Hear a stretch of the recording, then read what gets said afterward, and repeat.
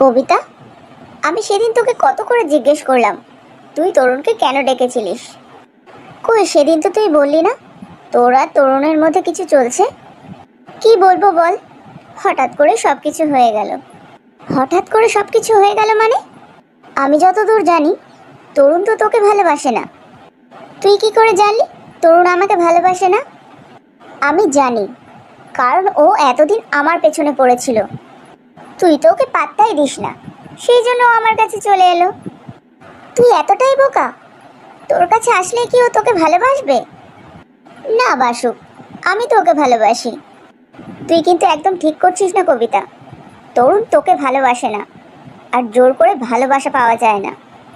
এখানে তোর অসুবিধাটা কোথায় আমি বুঝতে পারছি না। তুই তো আর তরুণকে ভালোবাসিস না, নাকি মনে মনে তুইও তরুণকে ভালোবাসিস কিন্তু বলতে চাইছিস না? আমি তো আর তোর মতো না যে জোর করে কাউকে নিজের বয়ফ্রেন্ড বানিয়ে নেব। তুই কি তরুণকে ভালোবাসিস রিয়া? না, আমি ওকে ভালোবাসতে যাব কেন? তাহলে আমার আর তরুণের মাঝখানে আসছিস কেন? আমাদেরকে নিজেদের মতো ছেড়ে দে। রিয়া, তুই ক্লাসে না গিয়ে এখানে বসে আছিস কেন? আমার ক্লাসে যেতে একটু ইচ্ছে করছে না। ইচ্ছে করছে না কেন? ক্লাসে গেলেই তো আবার ওদের দুজনকে একসঙ্গে দেখতে হবে। কাদের দুজনকে একসঙ্গে দেখতে হবে? তুই কাদের কথা বলছিস? আমি কবিতা আর তরুণের কথা বলছি। ওরা একসঙ্গে থাকলো তো তোর কি? আমার কি মানে? তরুণ আমাকে ভালোবাসে, ওকে হঠাৎ কবিতার সঙ্গে দেখে আমার একটুও ভালো লাগছে না। তোর কথা শুনে আমার কিন্তু অন্যরকম সন্দেহ হচ্ছে। তুই কি তরুণকে ভালোবেসে ফেললি রিয়া? হ্যাঁ ভালোবাসি। তরুণ শুধু আমাকে ভালোবাসবে, আর কাউকে না।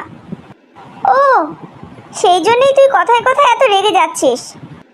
কিন্তু তুই এখন কি করবি? তরুণ তো কবিতার বয়ফ্রেন্ড হয়ে বসে আছে। আমি কিছুতেই ওদের সম্পর্কটা হতে দেব না। তরুণ শুধু আমার। কবিতা যদি তরুণকে আর না ছাড়তে চায় তাহলে কি করবি? ছাড়তে ওকে হবেই। ও ইচ্ছে করে তরুণকে আমার কাছ থেকে কেড়ে নিয়েছে। কেড়ে নিয়েছে? তুই তো তরুণকে পছন্দই করতিস না, কিন্তু তরুণ তো আমাকে পছন্দ করে, সেটা কবিতা খুব ভালো করেই জানে। তার সত্ত্বেও ও কেন তরুণকে নিজের করে নিল?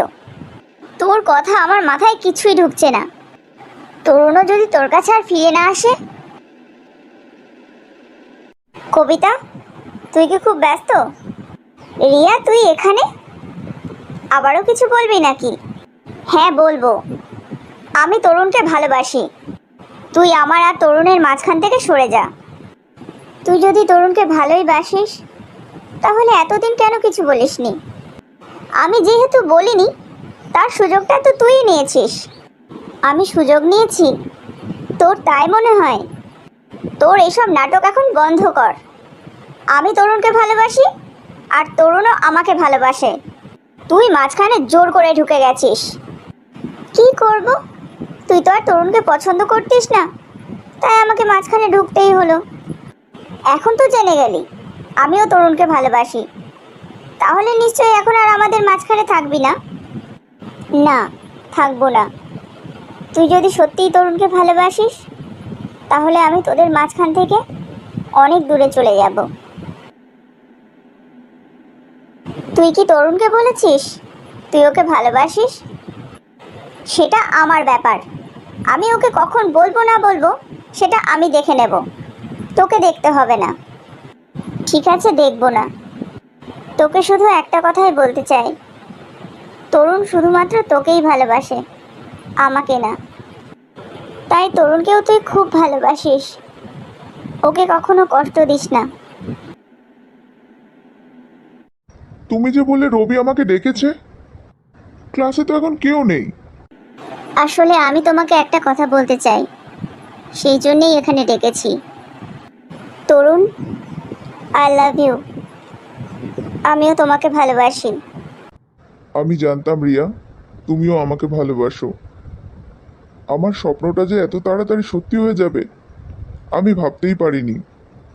তুমি জানতে আমি তোমাকে ভালোবাসি, তার সত্ত্বেও কবিতাকে ভালোবাসতে গেলে? কে বলেছে? আমি কবিতাকে ভালোবাসতে গেছি? সেটা তো একটা নাটক ছিল, তোমার মুখ থেকে সত্যিটা বার করার জন্য। কি বললে? তার মানে তোমার আর কবিতার মধ্যে সেরকম কোনো সম্পর্ক গড়েই ওঠেনি? আমাকে তুমি এইভাবে বোকা বানালে? কি করব? তুমি তো তোমার মনের কথাটা আমাকে বলতেই চাইছিলে না। তাই বলে তুমি আমাকে এইভাবে ঠকাবে? তোমাকে পাওয়ার জন্য আমি যদি কোনো নাটক করেও থাকি, তাহলে কি সেটা খুব বড় অন্যায় করে ফেলেছি রিয়া? না, অন্যায় করনি। আমাকে পাওয়ার জন্য তুমি যে এত কিছু করতে পারো, সেটা দেখে আমার ভালোই লাগছে।